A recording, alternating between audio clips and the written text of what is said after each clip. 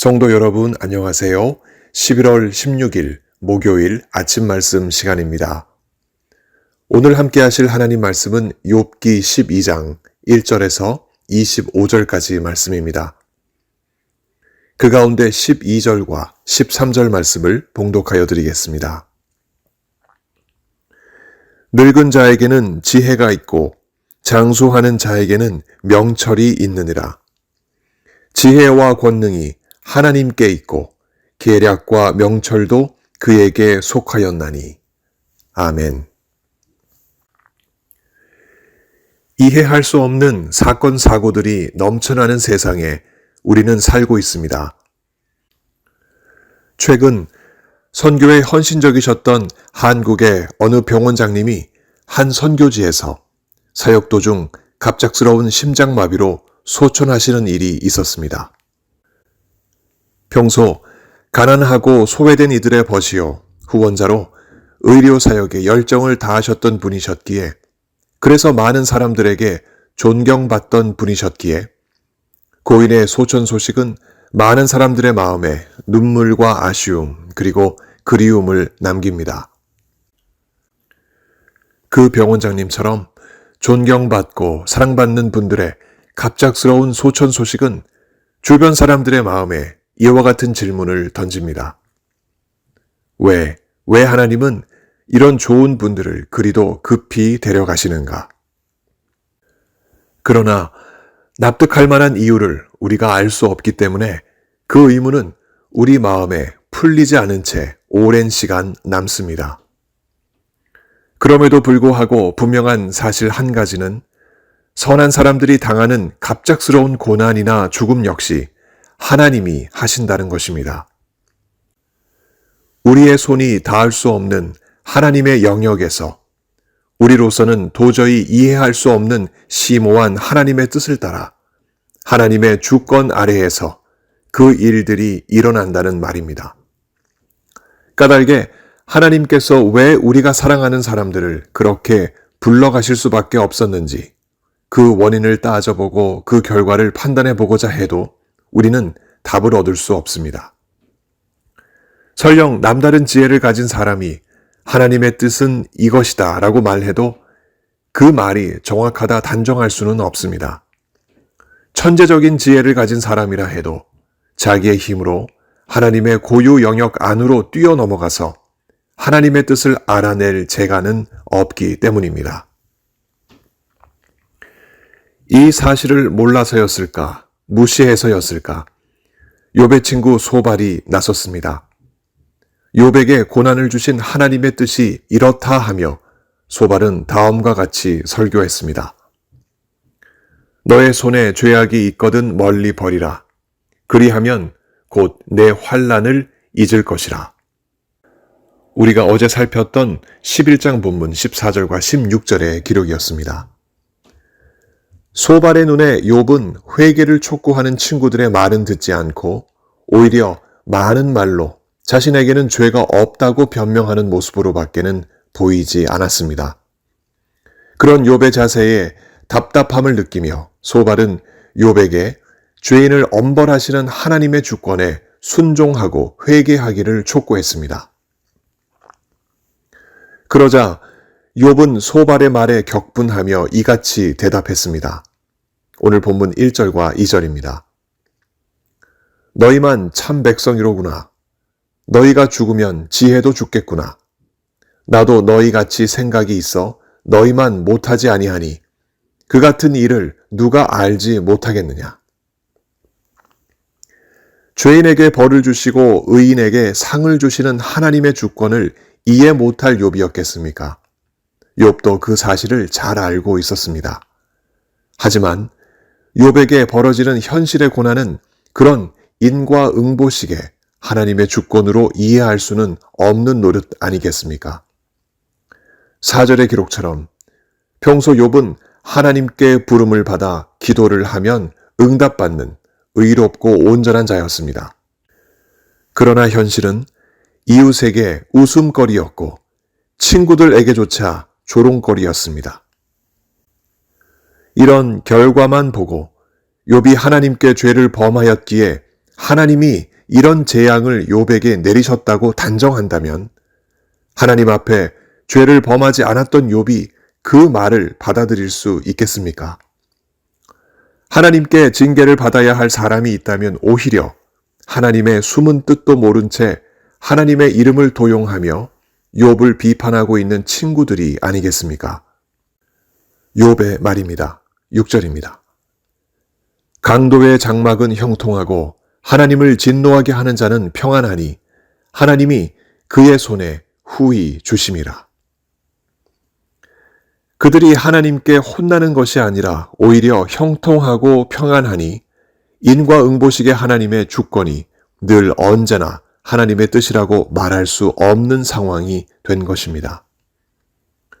소발이 말하는 하나님의 주권이 인과 응보에 나타난다는 사실은 사실 소발만이 아는 진리는 아닙니다. 욥도 알고 세상 사람들 누구나 다 알 수 있는 진리입니다. 그러나 6절 하반절에서 욥이 이야기하듯이 강도나 하나님을 진노하게 하는 자들이 평안하게 되는 것 또한 하나님의 손에서 일어나는 일이니만큼 하나님의 주권은 인과 응보 차원을 뛰어넘어 하나님의 자유에 속해 있다는 사실을 욥은 계속하여 말합니다. 오늘 본문 7절에서 10절까지의 내용입니다. 모든 짐승에게 물어보라. 공중의 새에게 물어보라. 땅에게 말하라. 바다의 고기도 네게 설명하리라. 이것들 중에 어느 것이 여호와의 손이 이를 행하신 줄 알지 못하랴. 모든 생물의 생명과 모든 사람의 육신의 목숨이 다 그의 손에 있느니라. 하나님의 주권적 손길이 인과 응보 차원을 넘어서서 자유롭게 온 세상에 닿아 있다는 사실을 욥은 세상 만물이 잘 알고 있다고 말합니다. 하지만 이 사실을 모르고 사는 사람들이 있는데 그들이 바로 욥의 친구들인 것을 욥은 지적합니다.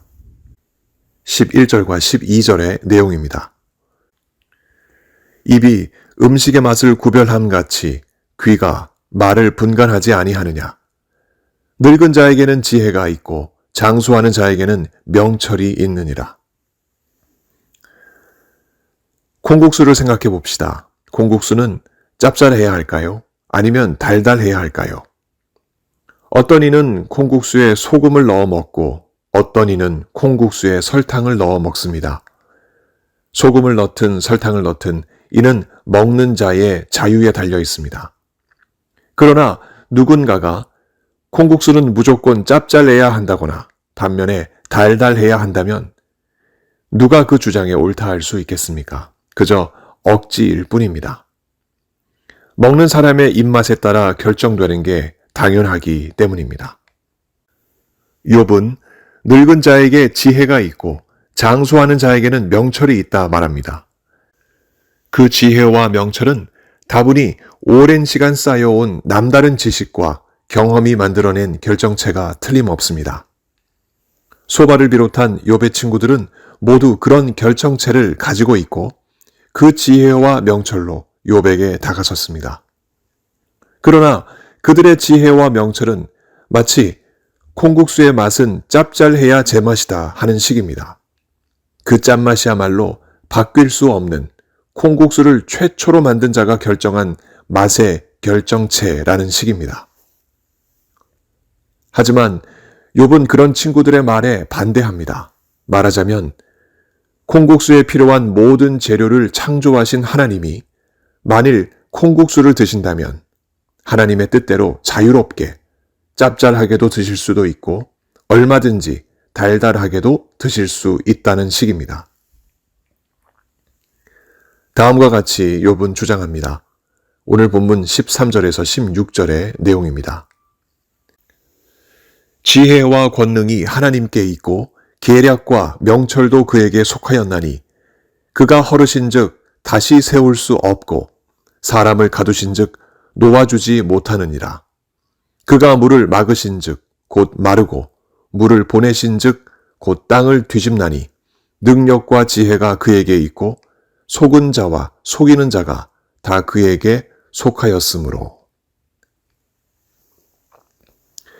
욥은 하나님이 자유롭게 쓰시는 그 주권을 이렇게 묘사합니다. 모사, 왕들, 제사장들, 권력자들, 충성된 자들, 원로들, 귀인들과 강한 자들과 같은 한 나라의 지도층들을 하나님은 존귀히 세우기도 하시지만 하나님은 무참히 그들을 끌어내리시기도 하신다는 사실입니다.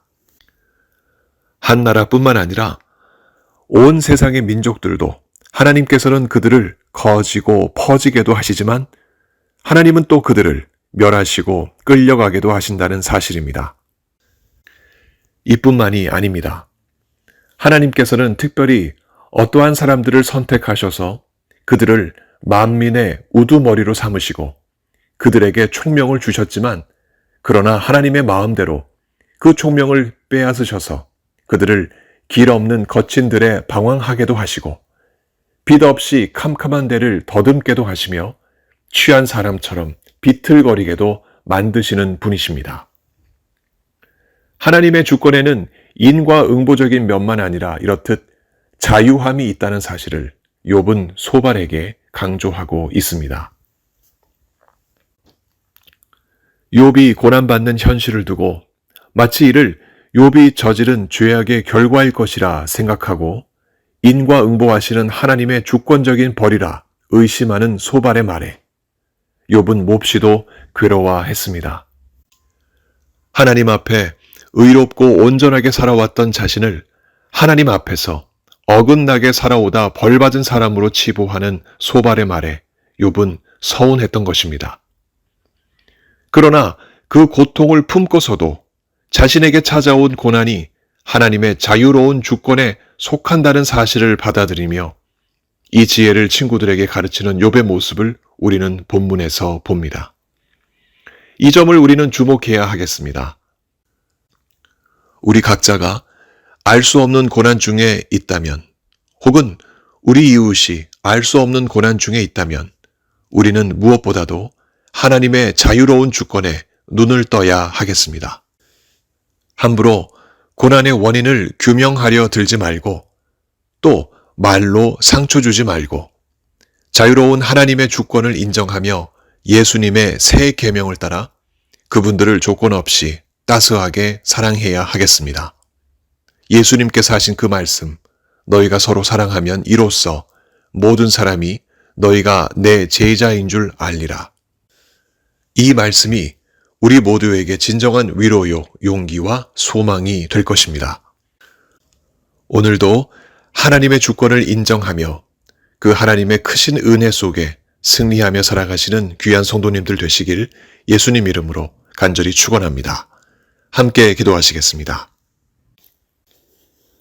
하나님 아버지, 우리는 욥을 읽으면서 믿는 자들도 얼마든지 욥처럼 알 수 없는 고통 가운데 놓일 수 있다는 사실을 깨닫게 됩니다. 그럴 때일수록 우리가 잊지 말아야 할 것은 그러한 고통 속에서도 하나님이 함께 하시고 하나님의 주권적인 역사가 일하고 있다는 사실, 그것입니다. 하나님, 고통 가운데 계신 분들 이 사실을 잊지 않게 해주옵시고 선하신 하나님께서 분명코 선한 길로 인도하신다는 사실을 믿고 의지하는 하나님의 믿음의 종들 다 되시게 하여 주옵소서. 또한 어려움을 당한 분들을 만나 뵐 때마다 선한 말로 위로하고 예수 그리스도의 사랑을 함께 나누는 예수님의 제자들 우리 모두 되게 하여 주옵소서. 몸이 아프신 성도님들 한 분 한 분 붙잡아 주시고 속히 고쳐주시며 삶의 여러 가지 많은 문제 놓고 간절하게 기도하는 하나님 백성들 속히 들으시고 응답하여 주옵소서. 오늘도 택하신 귀한 백성들과 함께 하시고 은혜 베푸실 것을 믿사옵고 예수님 이름으로 감사하며 기도합니다. 아멘. 성도 여러분, 오늘 하루도 하나님의 주권을 인정하시며 그 은혜 속에 살아가시는 복된 날 되시기 바랍니다. 감사합니다.